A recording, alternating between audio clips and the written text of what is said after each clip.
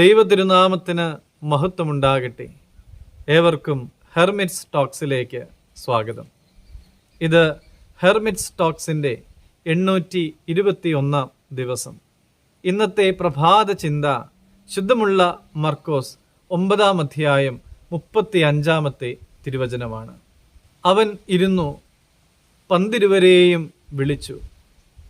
ഒരുവൻ മുമ്പനാകുവാൻ ഇച്ഛിച്ചാൽ അവൻ എല്ലാവരിലും ഒടുക്കത്തവനും എല്ലാവർക്കും ശുശ്രൂഷകനും ആകണം എന്ന് പറഞ്ഞു.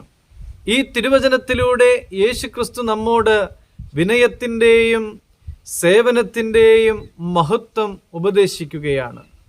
നമ്മളെല്ലാവരും ആദ്യ സ്ഥാനത്തേക്ക് എത്തുവാനായിട്ട് ആഗ്രഹിക്കുമ്പോൾ ഭിന്നമായൊരു ദർശനമാണ് ക്രിസ്തു മുന്നോട്ട് വയ്ക്കുന്നത്.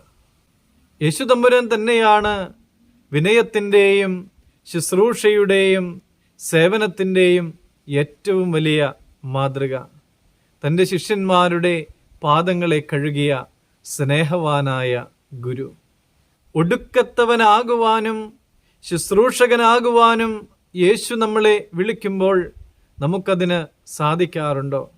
ഞാനാണ് ഏറ്റവും വലിയവൻ, എല്ലാവരും എന്നെ ആദരിക്കണം എന്ന മനോഭാവവുമായിട്ടാണ് നമ്മൾ നടക്കുന്നത് എങ്കിൽ പ്രിയമുള്ളവരെ, ഒരു മാറ്റം ആവശ്യമാണ്.